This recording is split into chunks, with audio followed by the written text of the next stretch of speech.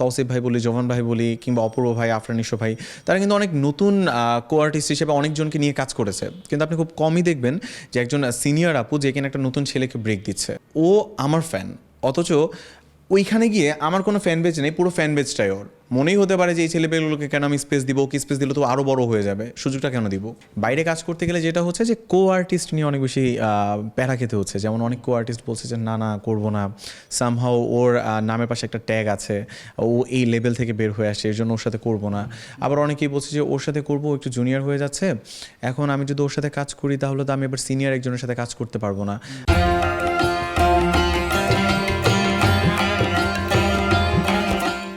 আবার ও হচ্ছে আমি নিকেতন পাড়ার আর্টিস্ট, আমি যদি ওর সাথে কাজ করি তো উত্তরাতে থাকে, ব্যাপারটা আসলে একটু অন্যরকম হয়ে যাচ্ছে, আমি ওর সাথে কাজ মিলাতে যাচ্ছি না। এই ধরনের কিছু কিছু বিষয় আছে।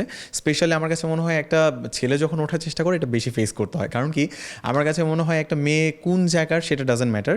দেখা গেছে যে আমাদের আছে না, যেমন হচ্ছে আমাদের তৌসিফ ভাই বলি, জোভান ভাই বলি, কিংবা অপূর্ব ভাই, আফরান নিশো ভাই, তারা কিন্তু অনেক নতুন কো-আর্টিস্ট হিসেবে অনেকজনকে নিয়ে কাজ করেছে। কিন্তু আপনি খুব কমই দেখবেন যে একজন সিনিয়র আপু যে কিনা একটা নতুন ছেলেকে ব্রেক দিচ্ছে। মানে খুব রেয়ার কেস এটা হয়, যে হয় সে হচ্ছে ভাগ্যবান এক কথায়।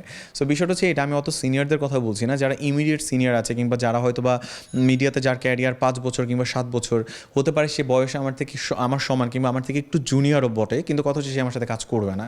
কজ অফ সে আমার সাথে কাজ করলে রাফসান উঠে যাবে, আমি কেন এটা করবো। এই বিষয়টা মিডিয়াতে চর্চায় চলে, আমি সেটা বুঝি, জানি, বা টুকটাক এই বিষয়গুলো শুনতে পাই, আমি হ্যাপিলি বলে ইটস ওকে, সময় হলে কাজ হবে, তড়িঘড়ি করার তো কিছু নাই, আমি তো ভালো আছি, দ্যাটস ইট।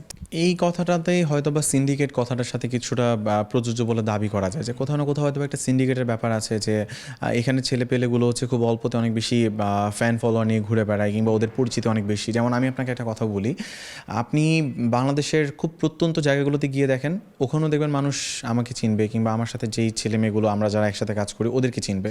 বাট একটা সিনিয়র ভাইয়া যারা আমাদের সাথে খুব বড় মাপের, যাদের আমরা ফ্যান, তারা গেলে তাদেরকে চিনছে না। জাস্ট বিকজ অফ হচ্ছে কি তারা হয়তো বা খুব পশ লেভেলের কন্টেন্টগুলো করছে, আর আমাদের জায়গা থেকে আমরা খুব ভালো মানের কন্টেন্টও করছি, আবার খুব রমকম কমেডিও করছি। যার জন্য দেখা গেছে যে যেমন একটা রোমান্টিক সুইট লাভ স্টোরি আপনার কাছে যতটা গ্রহণযোগ্য হবে, একটা গ্রামের ছেলের কাছে কিন্তু সেটা হবে না। সে কিন্তু একটু ফান জিনিসটাকে পছন্দ করবে। সো আমি দুই রকমই করছি। তো এখন আমি যে দুই রকম করছি, আমার যে আইডল সে তো দুই রকম করছে না। আমি আমার আইডলকে দেখে রোমান্টিক করছি, আমাকে দিয়ে রমকম করানো হচ্ছে, আর আমার আইডল শুধুই রোমান্টিক করছে, তাকে আমি দেখছি, কিন্তু আমার কাজগুলো তো গ্রামের মানুষ দেখছে। সো আলটিমেটলি তাকে কে চিনবে, চিনছে তো আমাকে। সো বিষয়টা এটা হচ্ছে। সো ওই জায়গা থেকে হতেই পারে তার কাছে মনে হতে পারে যে ও আমার ফ্যান, অথচ ওইখানে গিয়ে আমার কোনো ফ্যান বেজ নেই, পুরো ফ্যান বেজটাই ওর। মনেই হতে পারে যে এই ছেলেপেলেগুলোকে কেন আমি স্পেস দিব, কি স্পেস দিলে তো আরও বড় হয়ে যাবে, সুযোগটা কেন দিব। হতেই পারে এটা দেখি নর্মালি তাদের মুখে একটা হাসি থাকে, ভেরি গুড, এই একটা ব্যাপার থাকে।